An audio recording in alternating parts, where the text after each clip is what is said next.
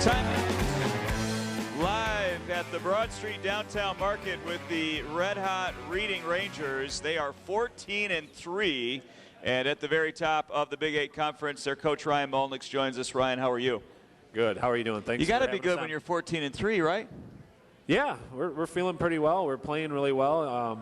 Trying not to talk too much, although the girls would probably disagree with me on that. But yeah, we're doing well. Coming into the season this year, you knew you had some senior leadership that you were excited about, but did you think that your team could be even this good? Yeah, I thought that with this combination from both grades, I thought we had a shot to do this well. As far as the streak that we're on right now, I don't know if we could have predicted that, but I still felt like at the last summer and into the fall, everybody was healthy. I figured we could. I knew we could play with every team in the league, and I think we've proven that so far, and hopefully we continue to do that tomorrow night. What are some things that you have improved on since last year? I think sharing the basketball, our vision, making the extra pass. We've started out quicker, at least recently we have. We've jumped on some teams, which has helped. Offensively is where we needed the most chance to improve. Defensively, they always played really tough. We're getting better defensively. We kind of hang our hat on defense, and they kind of feed into that, and that's kind of what we've improved on since last year. Ryan Mullnix is the head coach of the Reading Rangers. They are 14-3 going into a pivotal matchup tomorrow night. We couldn't have timed this show better because tomorrow night's the game of the year, and I'll tell you, if you're not busy tomorrow night, it's at Reading, probably around 7, 7:30. About 7:30, depending on how long the JV game takes. Sometimes it can be closer to 8. Springport versus Reading, and it'll be worth your money tomorrow night to go watch those two teams play. It should be really exciting. Put this season into context a little bit. It'll be easier to do when it's over. Right now you're in the middle of it, but how long has it been since Reading has had a girls basketball team that has reached these kinds of heights? Well, they've never won the Big 8 championship, and that's something it's kind of a funny story. I made a mistake. Our JV coach is new this year, and she graduated from Reading early 90s, and I told her, she's like, yeah, we won the league early 90s, and I said, all right, come talk to the team about it, and she just said, well, I just remember our old athletic director, Coach K, he just handed us a trophy, and when we come to find out it was a district trophy. Oh, okay. So they did finish second that year, so we did a little bit of research, and our athletic director, Coach Hubbard, looked into it, and we haven't won. So that could, mean a lot, but in another sense, we don't, you don't want to talk about it too much. You just want to keep working on the things, and getting better every day in practice, and just doing the right things. That way, that'll take care of the game. It can be so hard in high school sports to change the culture of a program when you've had some losing seasons, and to try to get people to buy in and work in the off season, put in the extra time. And I know that with some of these older players, you've started to have that kind of buy-in over the off season. Yeah, we really have. There's no coincidence the last 2 summers we've had the highest turnout in our summer program. 2 summers ago we went to Adrian and played in 10 games in 3 days in 90-degree heat, and I felt, it was miserable for the girls, but that's kind of part of developing, chemistry and a bond there. And then last year we went to Toledo, and we've had 20-plus girls the last 2 summers, and there's no coincidence that we've had, the success we've had the last 2 seasons as a result of that. You brought some players with you tonight, and I want to focus especially tonight on your seniors. Tell us about these seniors and talk about how they've impacted your season. Yeah, both seniors. Michelle Davis has been up a little bit since her freshman year. Brittany Marcourt has been up since her sophomore year. Those two complement each other really well. Brittany is as tough as they come, tough as nails, and it's kind of a funny story with her today. We were taking pictures, and I don't smile for team pictures, and I look down there, and Brittany's the only one with a straight face, and she says, I'm not in the mood to smile. And when she says that, that's usually a good sign, because that's the toughness that we need. And Michelle, those two complement each other well, because Michelle is so athletic. She can get to the hoop on anybody. And, she missed part of the season, and since she's came back, it's kind of no coincidence that we've really been playing well since she's came back. So I can't say enough about those two. They've been with us for a long time, and it's, I know it's hopefully a few weeks off, but we will definitely miss them. I don't think you can ignore either the fact, and I happen to know those two kids pretty well. They're both spectacular students. They don't just get it done on the court. They're amazing in the classroom as well. They're great kids, great character kids. And as a coach, that's got to be fun to go to work every day and work with those kinds of people. Yeah, it's one less stress you have to deal with. As a coach, if you're dealing with academic issues and getting kids to pay attention in class, and you know, I've checked eligibility 2 or 3 times this season just because I know, you know, our team GPAs really well. They're good students. They pay attention in class.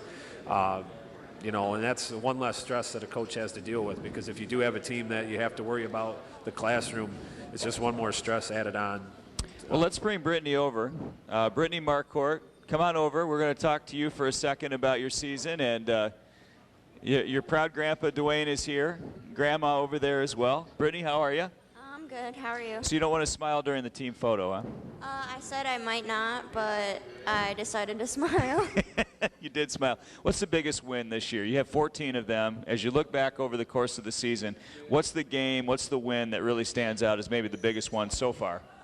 I think it comes between Athens and Homer. We've never beaten Homer, and Athens is always a really tough game, so I think it's between those two. Athens is tied with you right now for the leadership in the league, along with you in Springport. Homer beat you the first time, so to come back and beat them had to feel awfully good. Yeah, and we beat them at Homer, so it made it even better. Talk about your individual game. How do you see your role on the team this year for the Rangers?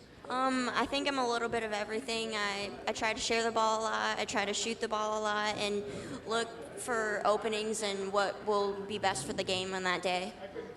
You get a lot of contribution, obviously, from Michelle Davis, who we've talked about a lot. Talk about a couple other players that you think have, your teammates that have stepped up this year and made a big difference. I think Jenny Davis is an amazing point guard. She really helps with that. Jamie Hubbard and Marie Wiedemeyer down on the post. We can always rely on them to make those shots when you pass it down. And, you know, one thing Michelle said a minute ago, and I don't want to steal her thunder, but the fact is, it seems like you have a different leading scorer just about every game, and just great balance, right? Yeah, it seems like point scales are always really close for us. We share the ball a lot, and I think that's good. Very good teamwork. I'm going to ask Michelle about this too, but let's talk about Springport. Obviously, you lost to them the first time. You've got another crack at them tomorrow. What do you think you have to do better tomorrow night to get a win over Springport? We really have to get over the picks and help hedge on each other and really guard hard on defense. I think our offense will come, but we really need to shut them down on defense. All right, Brittany, thank you. And let's bring Michelle in. Michelle Davis, another senior at Reading High School. Michelle was a little banged up early on in the year, and there was a moment when you weren't sure if you were actually going to get to play much at all this year, and I know how much you love the game and how exciting it is for you to be back. Yeah, it was great news that I got to come back so soon because I wasn't sure if I'd be back. But you're back now and you're feeling pretty good, right? Yeah, I'm feeling a lot better, 100%.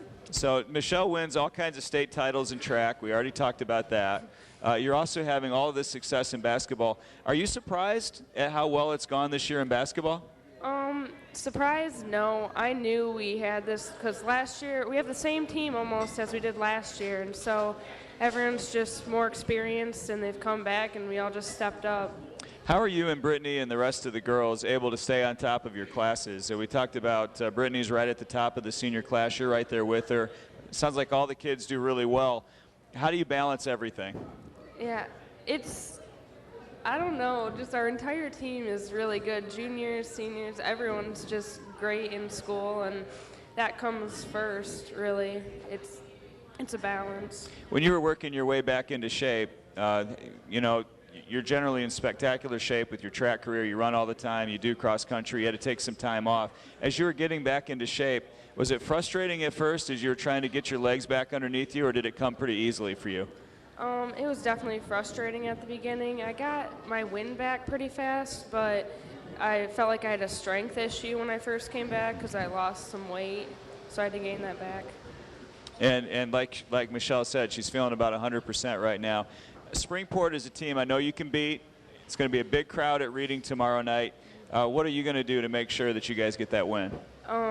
We're just going to play like we have been, you know, right on top of it, get them right from the starting tip, like Brittany said, lockdown defense. They shoot a lot of three-pointers, and we're going to have to close out. I've known Jamie Hubbard since she was in my Sunday school class 30 years ago, it seems like. Not quite that long. But, you know, she had those Hubbard brothers who served reading really well in sports. She comes along. She's a young player. How have you brought those younger kids like Jamie into the fold with the senior leadership that you have? I don't know. Just they're all great players. You just have to bring it out. You figure out their strengths and weaknesses, and you work on them both, and then give them the ball. And let her score down there. Yeah. And get rebounds. She's pretty good at it. Michelle, thank you. We'll bring Ryan in one more time with the Reading Rangers, 14-3. A big game coming up tomorrow night against Springport. You heard your girls talk about the Springport game. Yep. Now let's get the coach's perspective on that ball game tomorrow night. Yeah, I think we match up with them well.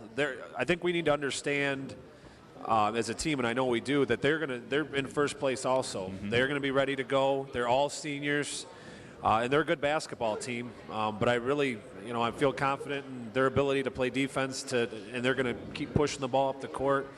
So I think they understand how important it is too, and not making too big of the game. It's just one game, and even if we didn't happen to come out on the winning end, we would still have a shot to get the Big 8. So it's still possible. But yeah, I think we're mentally ready to go. WCSR is giving Reading a lot of love this week. You guys were the featured game last night, play-by-play. You're featured tonight on the Timeout Show. I wish I was doing your game tomorrow night. I don't know if I can make that happen in 24 hours, but I want to be there. I know a lot of the fans are going to be there as well. Talk about the support that you've gotten from the community this year. Yeah, it's just been it has been great. The crowds have been getting better, so we're very thankful for that.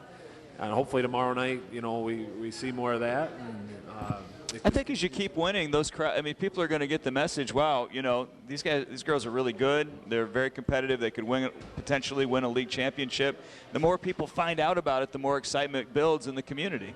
Yeah, definitely. And anytime you can have a chance to win the Big 8, that's a big deal. Especially, it being the first time, that would be really special. Where's your district? Our district is in Mendon. So you're traveling to Mendon for the district. And if it's last year, we had to travel to Centerville, traveled there 4 times, and came out. So hopefully it works out this year the same way. So a little bit of a drive, but I think we'll be all right. You've got a great group of kids there, and we're proud of them and excited for the future of your season, and we wish you all the best. Yes, thank you. Can I mention one more thing? Yeah, of course. Brittany mentioned a few of our players here. One that she didn't mention was Taylor Coe, and if you haven't had a chance to watch Taylor play lately, she's draining threes. She is a special player, and I probably get on her. I get on her a lot, and she gets mad. We butt heads a little bit, but she's been playing really well, and as everybody else. But I just didn't want us to forget about her. She's been scoring the ball really well and hitting some big shots for your team. And you got to have, like they said, the balanced scoring. Springport can't focus on just one kid. No, not at all. And that's what's great about this team. When somebody does ask, well, hey, who do you have? Who's your best player? I don't have an answer. Right. It's different every night. They all have different abilities. It's unique, and it's kind of what's special and makes up a team.